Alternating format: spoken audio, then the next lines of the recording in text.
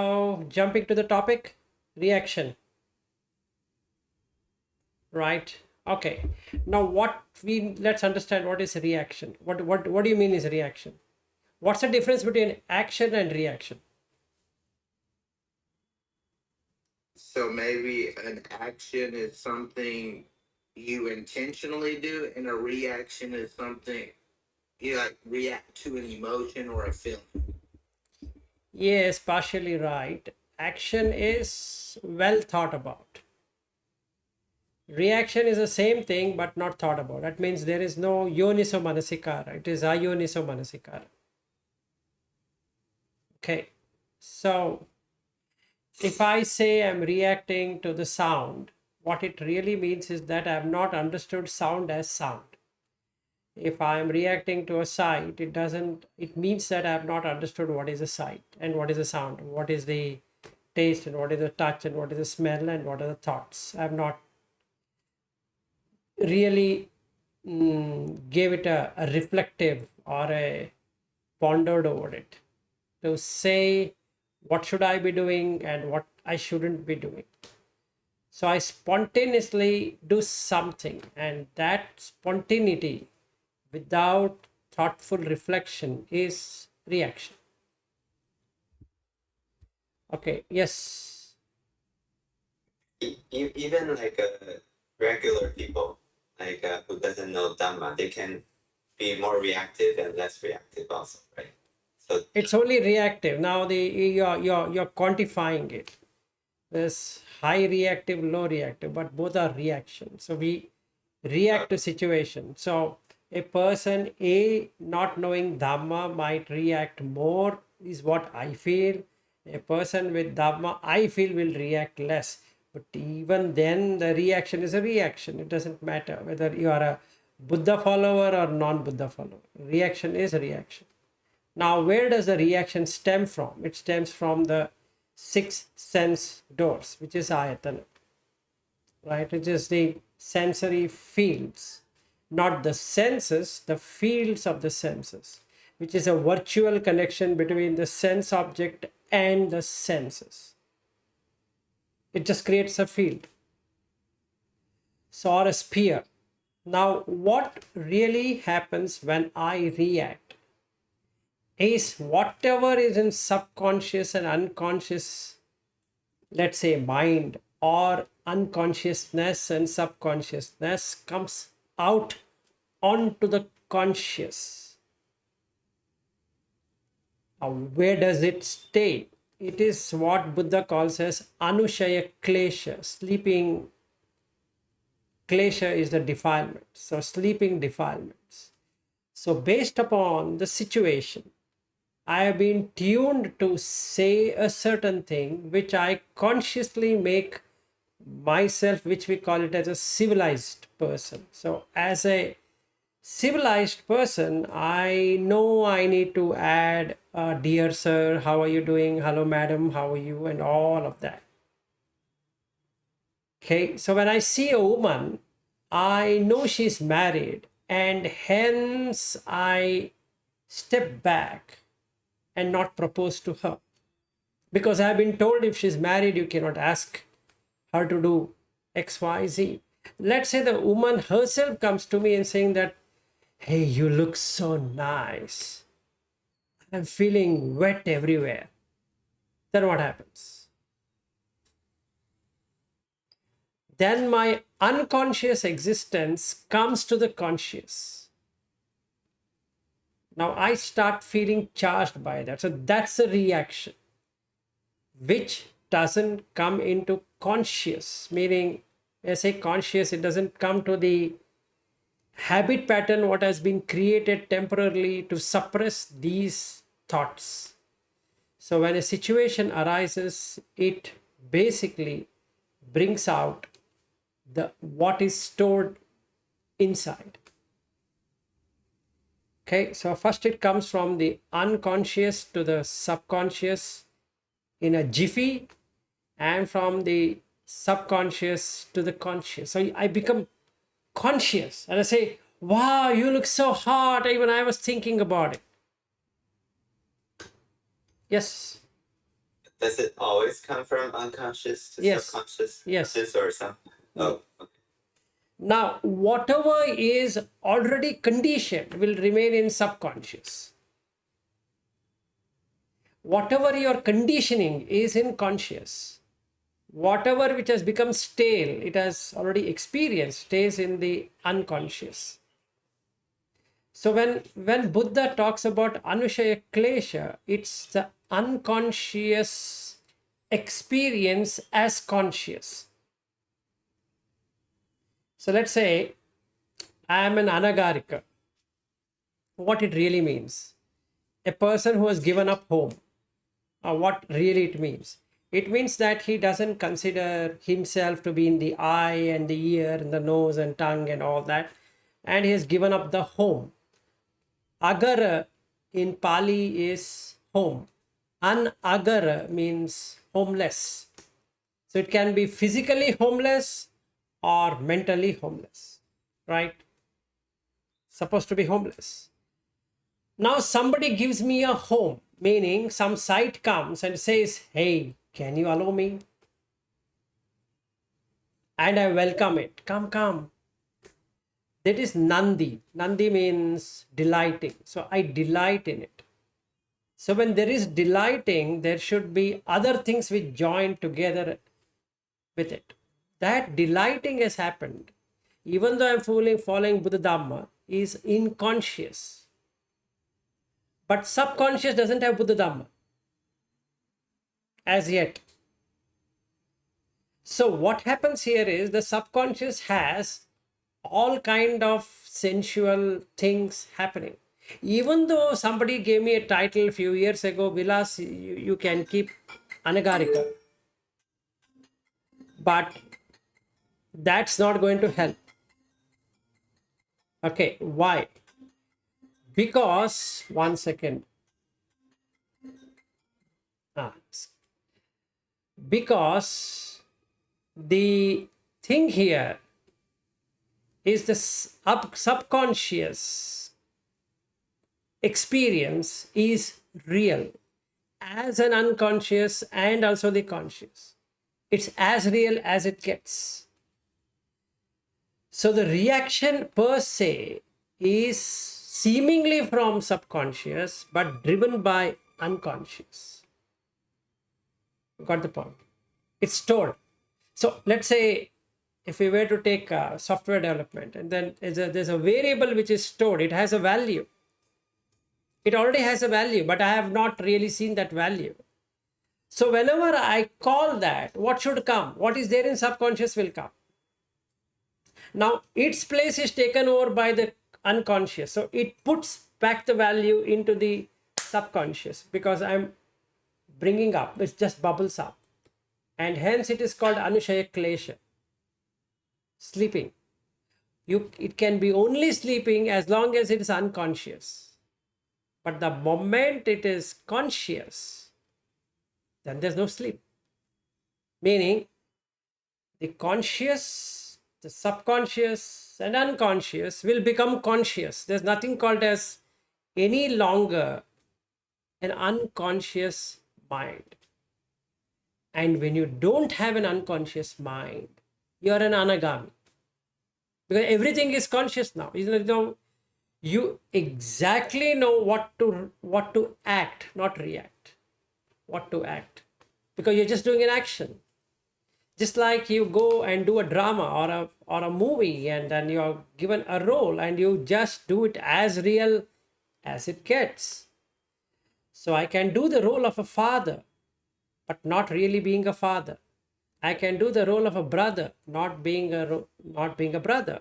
I can do the role of a husband, not being a husband.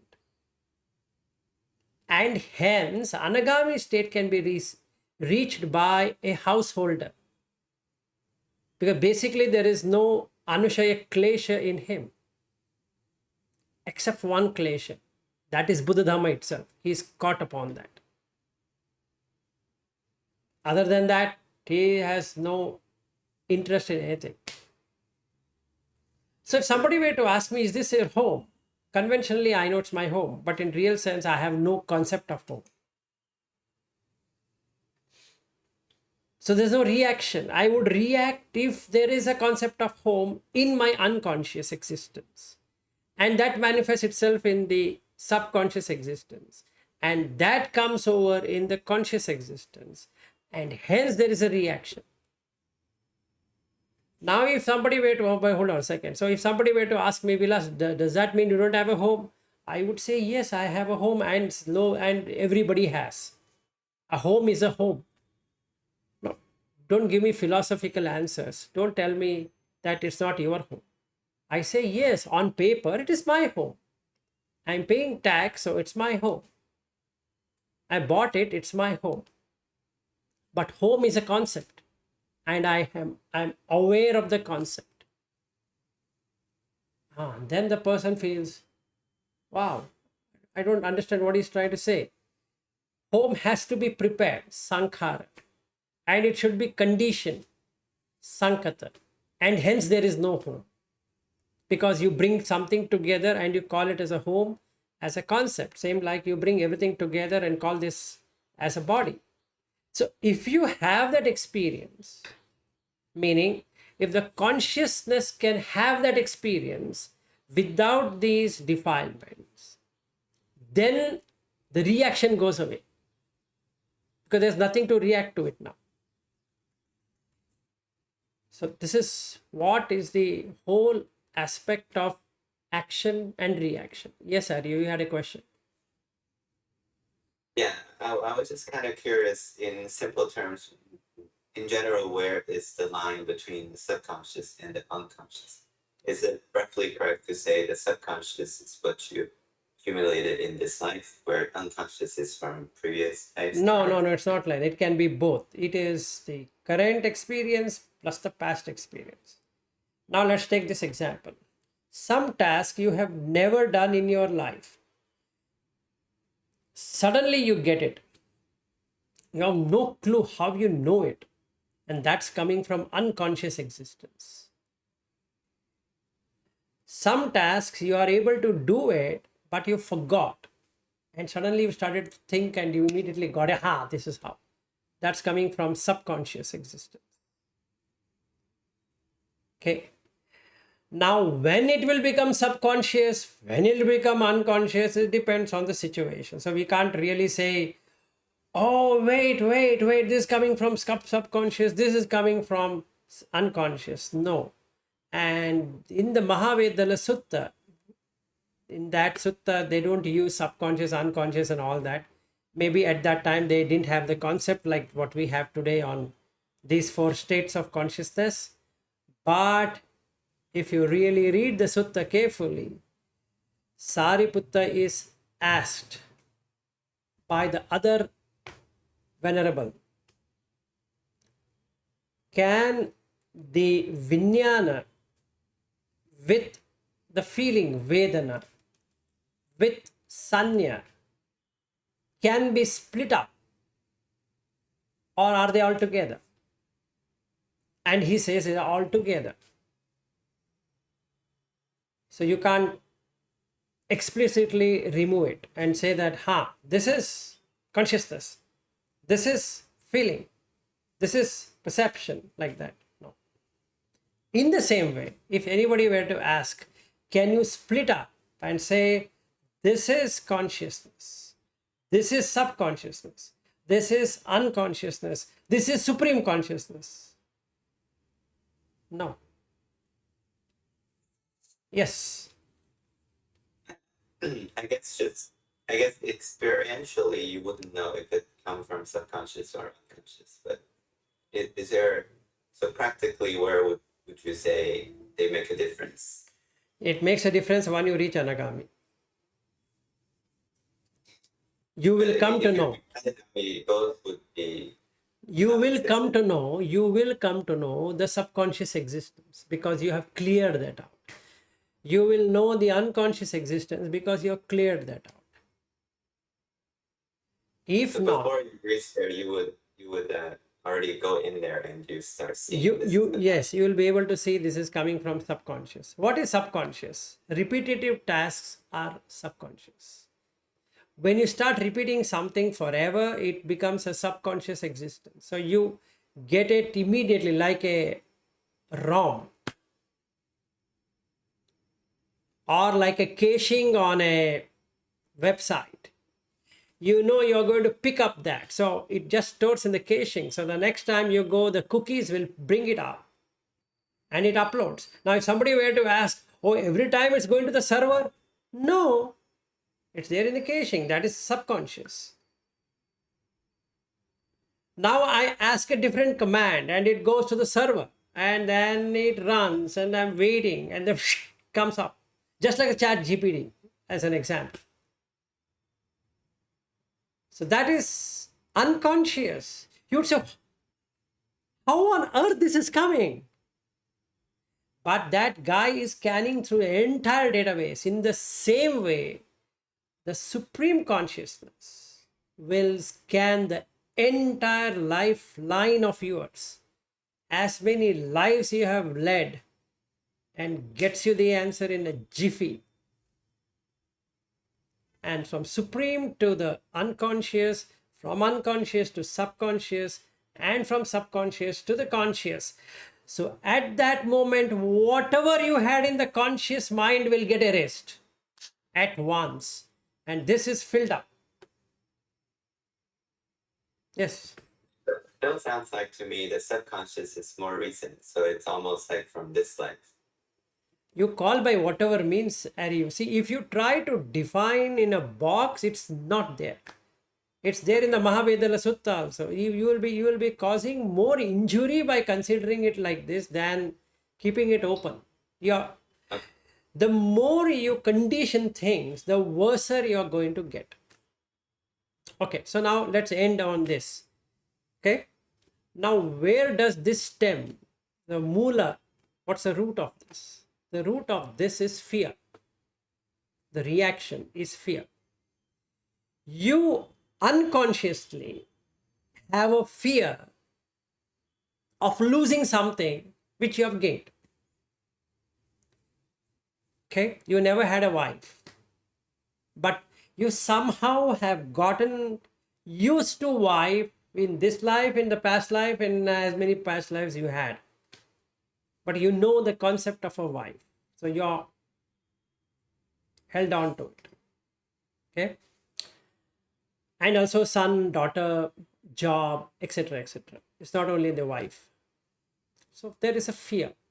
The fear manifests only in the unconscious, not in subconscious. Because if it were in the subconscious, you would have done something about it. What all you could have done? You could have seen a movie. You could have done a painting.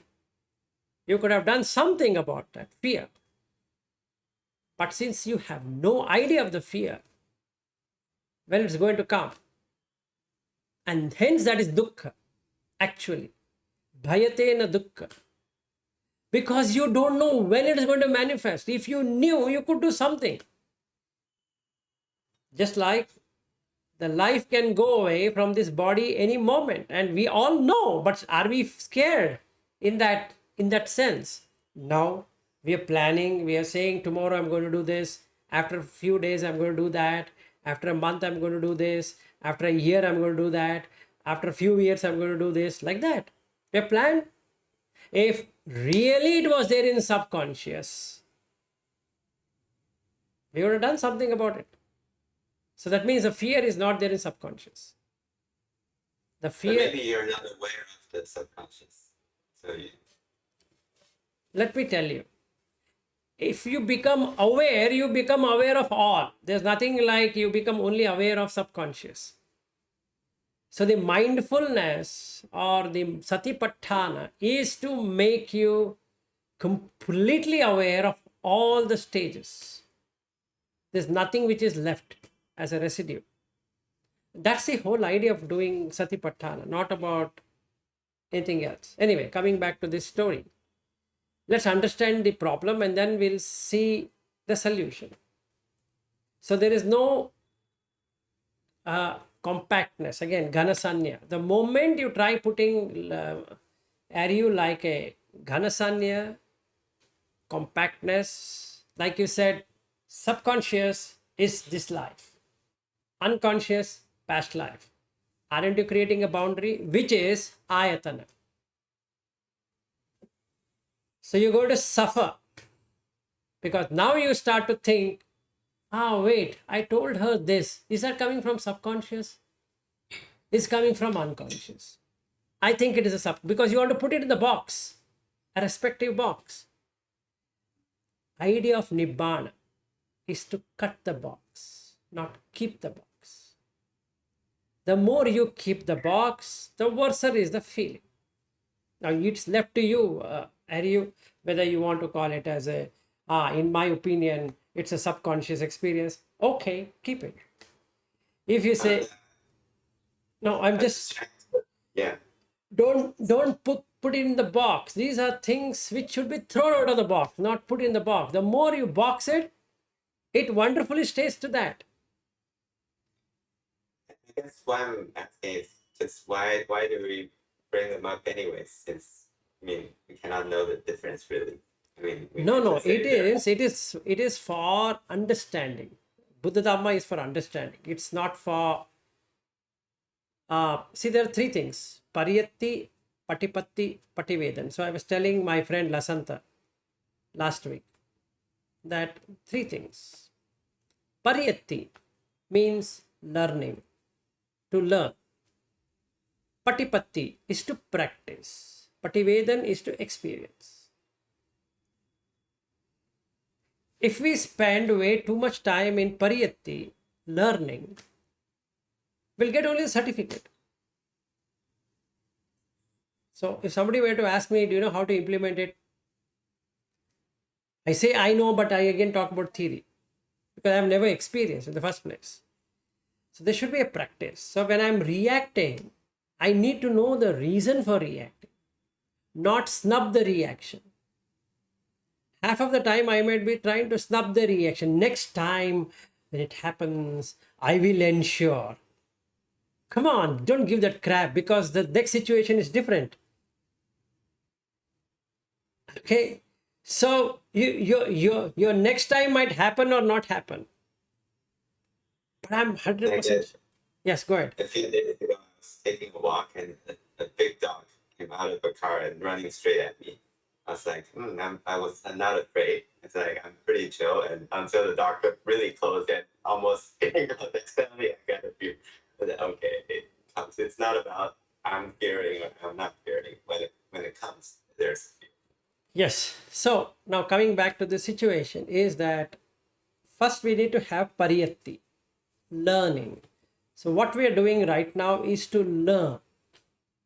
The next thing we need to do is to practice. So there are various methods of practice in Buddha Dhamma. Whatever appropriate to us, we have to take it and practice. That is Patipatthi. Pati is to bond. Patti is to investigate. Investigate what you have learned. As simple as that. Pativedan. Vedan means to experience or to feel. So what you have understood, what you're practicing, you experience it. Now I take a pledge or I take a vow, Sankappa. From today, I will not react.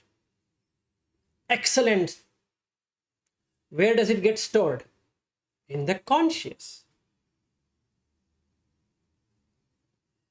Then comes my neighbor's daughter. Uncle, I want to hug you. Where is that stored?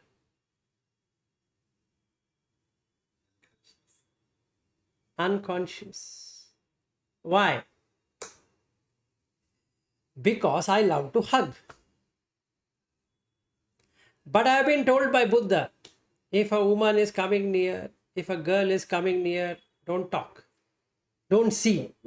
If you are seeing, then don't talk. I have read it in Mahasatipatthanasutta. But does that remain? No. She's like my daughter. So what's the problem? The problem is you're getting sensual. I don't think so. Okay, where that is stored? I don't think so. In subconscious. But the interest to hug, where it is stored? The unconscious. Right? Now, if the girl doesn't come, what happens? She said, I'm coming to hug you and I'm ready. There she comes, I'm going to hug her. And she says, Uncle, today I felt sick. I had a headache. So today I'm not coming to hug you. Oh, shucks. Why? The experience what I'm getting now is painful. I had already planned for it.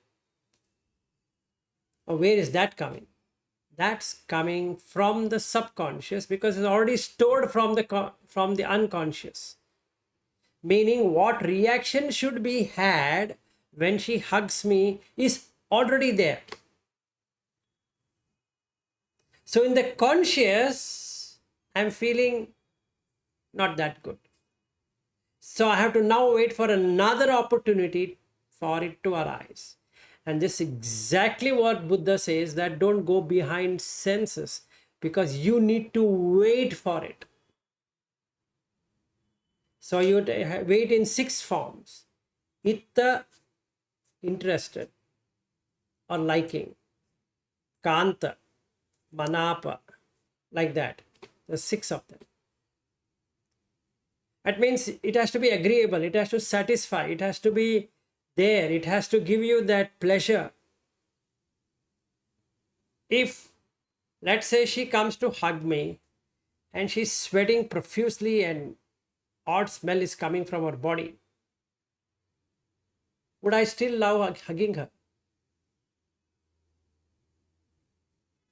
She's my daughter.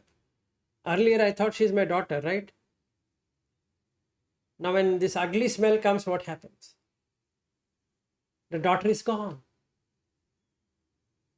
From the unconscious, the daughter is removed. It is replaced by the smell. That's how the consciousness plays. And hence a magician. So coming back to this story, okay, where it is stored. It can be stored in unconscious, it can be stored in subconscious, definitely not in conscious. Otherwise, he won't have reacted. Got the point? Yes. My question is, in the therapist, they hypnotize you, right? And then you go to sleep, and then they'll ask you a question. And where are those coming from? It's unconscious. Totally unconscious. So the basic aim of getting all your past lives is what? Getting from your unconscious existence. As simple as that. All the experiences you're having now goes from conscious to the subconscious to the unconscious. All the experience. Sight, sound, taste, touch, smell, and thoughts. So what Buddha did is he divided in 5 kinds. Rupa, Vedana, Sanya, Sankhara, Vijnana. It's more easy than saying I is coming from, you know what, from the unconscious to the subconscious to the conscious, and that guy will go crazy. Instead of that, you just say Rupa, form. What is a form? Anything solid, anything liquid, anything moving, anything having fire, anything spacious is a form. Combination of it is a form. Very simple. There's nothing too complicated about it. Now, what's a feeling? Feeling is when you contact with senses and the sense object. There is a feeling that it has connected. Phassa pachaya vedana. So he says, chakuncha paticcha rupecha upajjati chakku vinyanam. Tinna sangati phasso. These 3 coming together, that is the form, the sight, and the conscious experience coming together is the contact. When there is contact, there should be a feeling. Yam vedeti tam sanjanati. Now you should have a perception of that object. Oh wow, that is Ruan Velisaya. What? I don't know what it means. Come to Sri Lanka, I'll show you. Ah, okay, okay. Where is Sri Lanka? Take the map and show to him where it is entering. Conscious to subconscious to unconscious. Now, how does he recall? He always recalls by conscious. If he forgets, then what happens? Goes to subconscious. It picks up. That is, I know what it is. Vilas, give me 2 minutes, I'll tell you. That I've seen it. I'm telling you. That is in Anuradhapura in Sri Lanka. I'm not getting, they call it in a very funny way in Sinhala. I'm trying to learn Sinhala these days, but it's called as, I don't know what it is called as. I need to search the net. But it is called, I know this, I've been there. They said, got it, it is Ruan Velisaya. Now from where it came? It came from subconscious. Now why it couldn't come from unconscious? Because it takes time. The mind should be literally still to get it from unconscious. Then it comes. So the basic aim of Buddha Dhamma is to still the mind, to get into all the 3 layers of consciousness. Layers. They call it as stages, but I don't think so. It's a stage. It's a layer. One over the other, interwoven. So you just cannot say, oh, this is conscious, this is subconscious, this is unconscious. All 3 looks the same because they're basically conscious. It's consciousness only. Now, when I understand the nature of things through anicca, dukkha, anatta, and patisamutpada, and all of these concepts, experience through patipatthi, through practice, I get the experience, which is Pativedan. Then what happens? The unconscious mind turns itself into a conscious mind. It uproots itself. And in many suttas, that is what in the end, that person who would be experiencing would say, just like a stone uprooted and like that, right? That is exactly the experience you'll get. Say, aha, now I get it.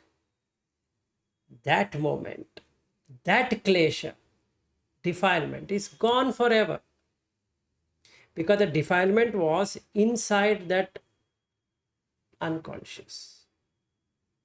Now you might ask me a question, then what happened to subconscious? That layer itself doesn't exist. So actually 2 layers. One is conscious, another one is unconscious. Subconscious is a virtual layer. It really doesn't exist.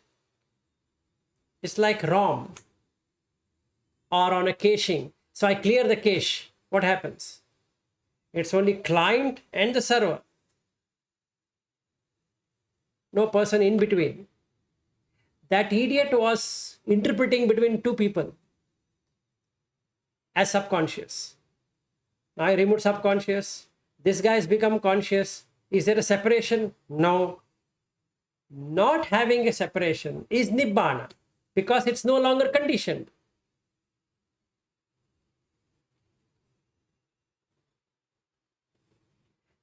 I'm not conditioned. There's no condition. No sankata. And hence it is asankata dhatu. Property of what? Of unconditioned. Consciousness is pure and bright. Yes. Pabhasaram idam chittam. It's pure and bright. It has no condition. It stays the way it should be. It's not defined by anything. Only the conditioning on that gives a mirror reflection of this and that. So now you are thisness, itta bhava, otherwiseness, anyatta bhava. You don't want to become otherwise, so you struggle to be this, which can never happen. So I want to be a husband forever. Boss, husband is a concept. You cannot be a husband. No, Vilas, I want to be husband. Okay, enjoy. You get multiple lives to be a husband because you want to experience husband anyway. So the reaction, whatever we call reaction, is in all fold. The naming, nama, rupa, both folds has reaction. And hence, Buddha says nama, rupa with vijnana. That's the thing going around. Vijnana samudayo, nama rupa samudayo. Vijnana nirodho, nama rupa nirodho. That itself is a patisamutpada. Dependent origination. As long as nama rupa is there, vijnana is going to be there. And the nama rupa not being there, vijnana can never be there. What it really means, as long as you cognize through an unconscious existence, you will experience pain and pleasure. And there would not be anything other than reaction. So if you want to say that why am I reacting, you should ask this question: why am I unconscious? That's a better question. Then you can work out. I don't want to react is not a question. It's just a label, another label over this label. And you keep on fighting with the label. It's not going to work out. The real question, why am I not mindful? Now we'll come to this. So, what's the basis of reaction is fear. What's the basis of fear is expectation. What is the basis of expectation is a sankhara. What is the basis of sankhara is avidya. And what is the basis of avidya is asava. Simple. So if you don't have ignorance, there is no reaction. Yes, Arif. Yeah, I'm just thinking from experience. Let's say I get frustrated with my son and he's doing something I think is wrong. But today I recently talked to you, so I know there should not be expectation. So I reflected upon its condition, for example. So that expectation, even though it comes from the unconscious, on the conscious level, I can just contemplate a little bit on how it's conditioned, and it reduces that reactivity. And that's possible. Yes, that's possible. That's very much possible, but you're suppressing it. So what Buddha talks about is to allow it to manifest, but don't react to it. You observe. If you read the Patipatthanasutta in that cittanupassana, what he says, saragam va chittam saragam chittam pajanati. He watches, he knows, he is aware that the raga has come in me. In that he doesn't say, when the raga comes, take a sword, cut it off. It does say that. No. What is it? What does he say? It's about indriya. It is about indriya. No, you're combining many things there. It's talking about indriya. Guarding the sense door is different than cittanupassana. Okay, yeah, but let's say I saw something that gives me pleasure. I can contemplate on the conditionality of it. It's a dependent originated. All that. No, then you have misunderstood the Dhamma itself. First, you have to work out on indriya gutta dvara, guarding the sense doors. Without guarding the sense doors, you cannot understand chitta. Clear? Okay. Now, when you understand chitta, you know there is a light on that these things are coming. They don't have its own existence. And hence it is paticca samutpanna. It is dependently originated. Depending on the chitta, the raga is coming, the dvesha is coming, and moha is coming. Okay? So, if you combine the indriya bhavana with this one, you are going to get muddled up so much that it is impossible to unwind yourself. You have to do as per Cittanupassana. Then only you will be able to get exactly what result you are looking at. If you do in any other way than the Cittanupassana, it's not going to work. I'm sorry to say that, but that's a fact. No, it's okay. I guess just when let's say I notice an emotion has come up, at that moment, I shouldn't be contemplating conditioned and all that. Like, See, you should learn the third party experiencing. okay. Okay, even in project management, when I was reading, I used to feel, there also they talk. It says, watch the project with a third party mindset. Watch the stakeholders with third party mindset. Exactly that's what you're supposed to do. When the thought comes, the reactive thought comes. Reaction has not come. Reactive thought comes. Instead of labeling it, this is a reactive thought. No, just watch the thought. Can you do that? If you are able to do it, and hence Buddha starts with Kayanupassana. Along with that, you get experience of Vedananupassana. Then you pick up the cittanupassana. Right? You can't touch the chitta without understanding the kaya. Yes. So what I did is that I take a Dhamma thought and I just slash on this central thought. I say go away, and then knocks it back. But it goes back to unconscious, subconscious. It's still going on there. It's just consciously I thought I'm better, but because I Just like when I come to America. Okay, I land in America.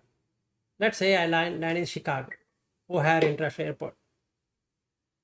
For that moment, till few months or how much time I'm supposed to be staying in America, am I not pretending to be an American or acting like an American?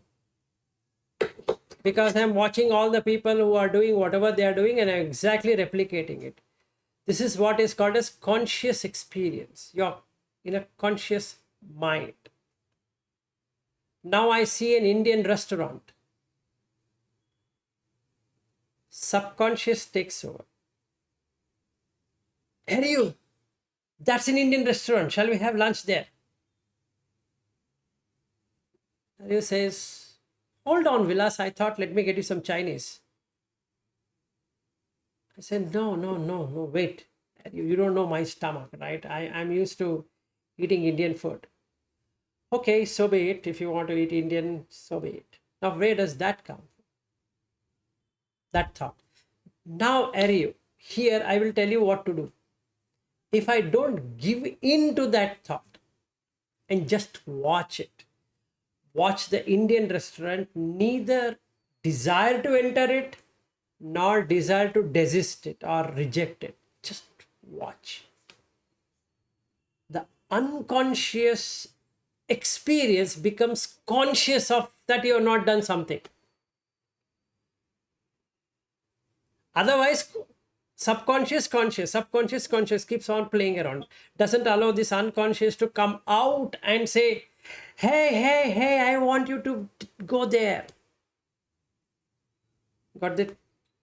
Yeah, so otherwise you're increasing the conflict. You're just getting two people fighting in Yes. the stuff. Yes. So now what I do is I watch and you say, Vilas, that's an Indian restaurant. Yeah, I know. No reaction. Would you like to eat there? Yeah, some other day. But I was thinking today we'll have it. Okay. Now what happens? You're so much observed that the unconscious no longer is unconscious. The subconscious does not exist. It's only conscious. So there's no fight happening between whether I should eat in Indian restaurant or in a Chinese restaurant or a Japanese restaurant or some other. Otherwise, I keep on arguing with you and you say, hey, you know what? I don't know why the heck did he come to America in the first place. Anyway, so if he had come, he would have come himself. Now he called me and he's asking me 100 different things. I need to drive him wherever he says. Why? Because the unconsciously, in this life itself, I've taken so much of that experience that I believe it's my experience. So when it doesn't happen, there's a reaction. I immediately blurt out because I see the restaurant. And it goes where? It goes into the subconscious. Then it goes into the unconscious. The unconscious says, hey, hey, hey, come on, take it, take it. Just watch. That's the reason cittanupassana is important. That comes only when you have guarded the indriya samvara. That means when I see that Indian restaurant, there is nothing called Indian restaurant there. It's just a restaurant. It's just a food. If I have this, then there is no kama chanda. Now that's the attribute of an Anāgami. So there's no kama chanda. And there's no vyapada. Because if kama chanda is there, vyapada is there. Kama chanda is not there, vyapada is not there. They both go hand in hand. So now either I like it or I dislike it. So the consciousness doesn't go behind the object. So Aryu will say, that's an Indian restaurant. Oh, yes. Maybe you would like it. Yeah, maybe I would like it. Should we go? If you're interested, we can go. I'm not that interested. Okay, even we'll not go. I thought you would like Chinese. Okay, no worries. Then I can tell to Aryu, food is a food. Doesn't matter. Take me wherever you want. So it's so settled. Yes. Yeah, I still haven't fully understand this dependency. So let's say you are guarding the Zen store. You're seeing the Indian restaurant. It's just a restaurant. In that moment, if you're watching the chitta, is there still the raga at all? There will be. There would be. There would be. Because there is an impression of that Indian restaurant. So you are not giving the indriyas to jump into it, but the raga still exists. If you were to say, let's go there, immediately it happens. But how it should be? It should be unconditioned. Not pretending to be unconditioned. Meaning, when you say, let's go to Indian restaurant, I say, yeah. Shall we not go to Indian restaurant? Nope. I think we should go. Yes. It's like robotic. That's not what it is. You're just telling me it's just a concept. It's nothing like No, that also doesn't help. It's like, again, Pariyatti, learning. Should be Patipatthi. You practice what you've learned. So what is the practice? The practice is to make the unconscious existence to be conscious. Then there is no reaction. So till we do that, we're going to have a reaction. So now what should I do? I've been reacting.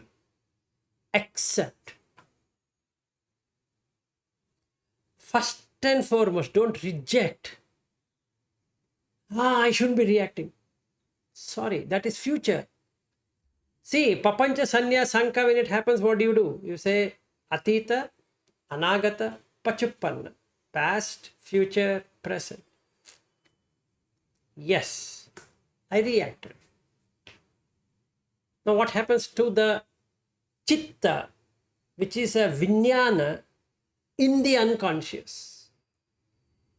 You are cleansing it by accepting it.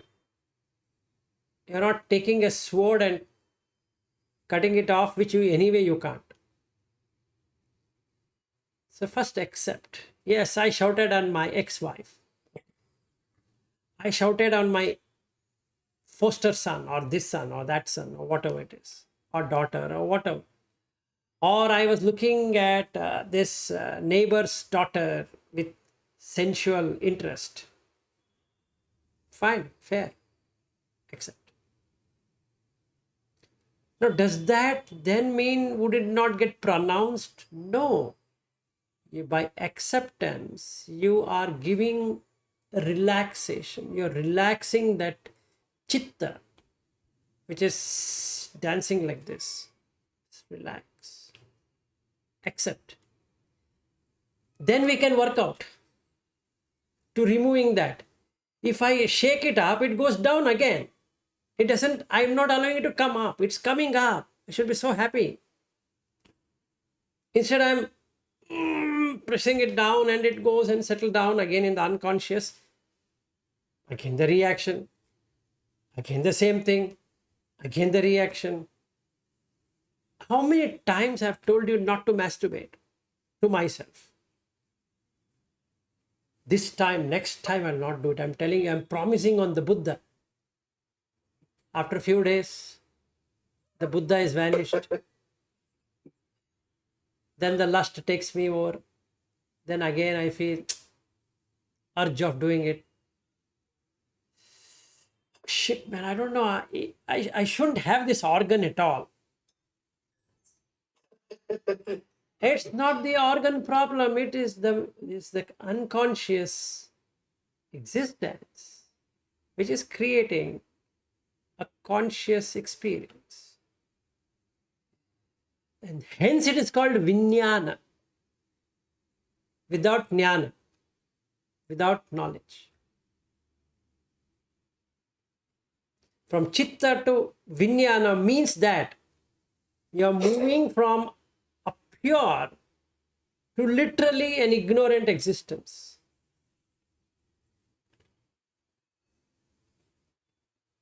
So this mindfulness is really the only most important thing.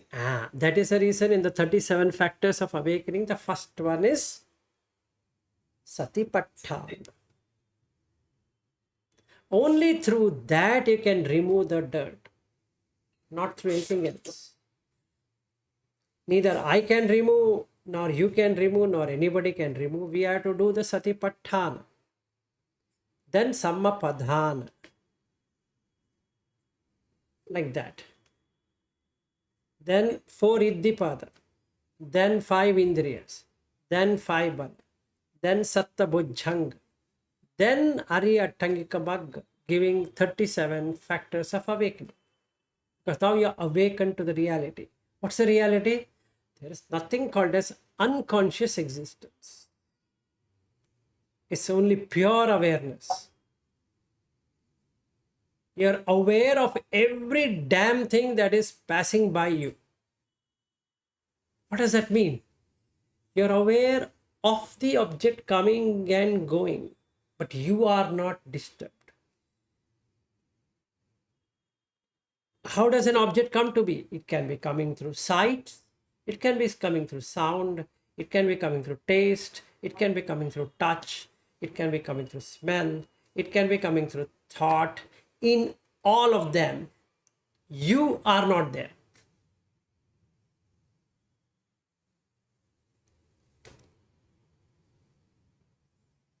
So then what happens? Then you become a witness.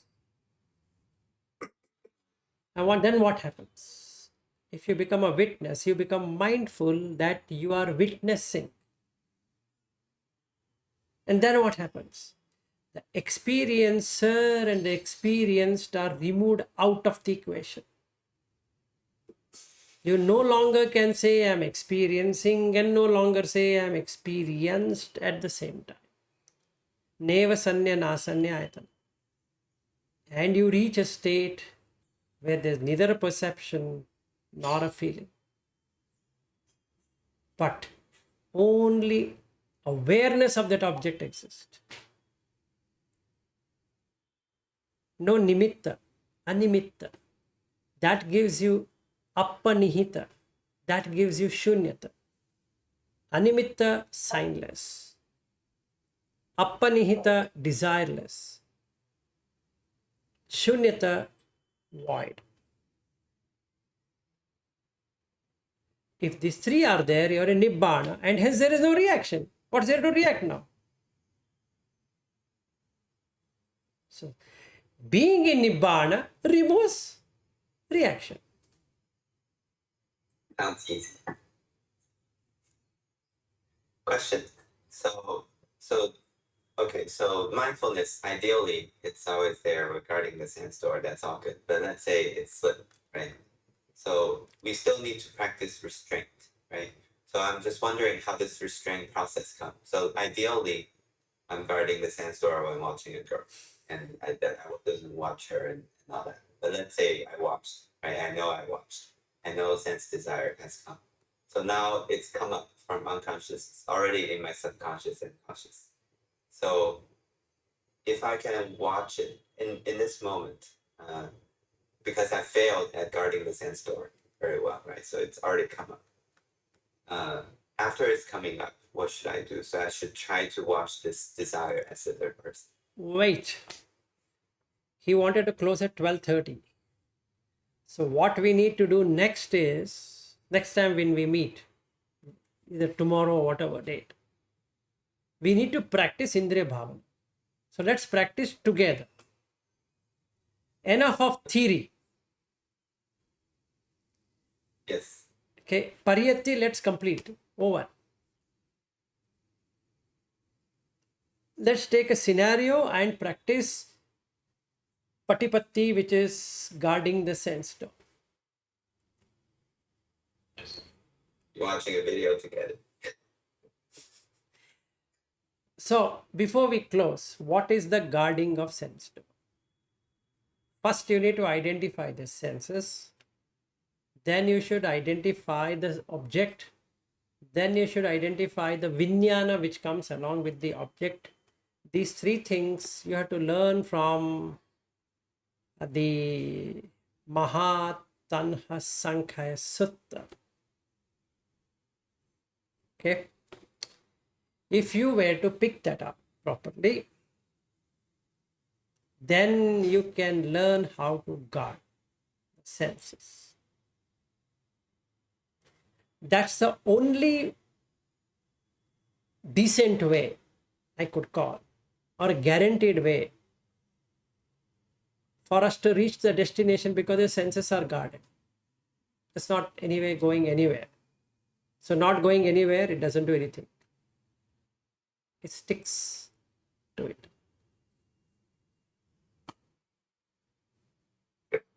Right, so don't worry, we will next session shouldn't be on the theory. Enough. Okay. So what's the objective? We should attain Nibbanā, number one. That will tell us we are reacting or not reacting. Also shows us whether it is a subconscious, unconscious, and conscious. Otherwise, it's again a Pariyatti theory. It's good to learn. Absolutely fine. But there should be some practice at the end of it. So let's practice. Okay. So now is that 12:30 for you, my dear friend? It is. For Okay. 29. I've cut it off at the right moment. Okay, you can. There you go. Yep, you can go to sleep and enjoy your sleep and enjoy your sons, whatever you're going to do tomorrow. Okay. Okay, and this is the reason for reaction. The reaction will go only when you attend Nibbanā.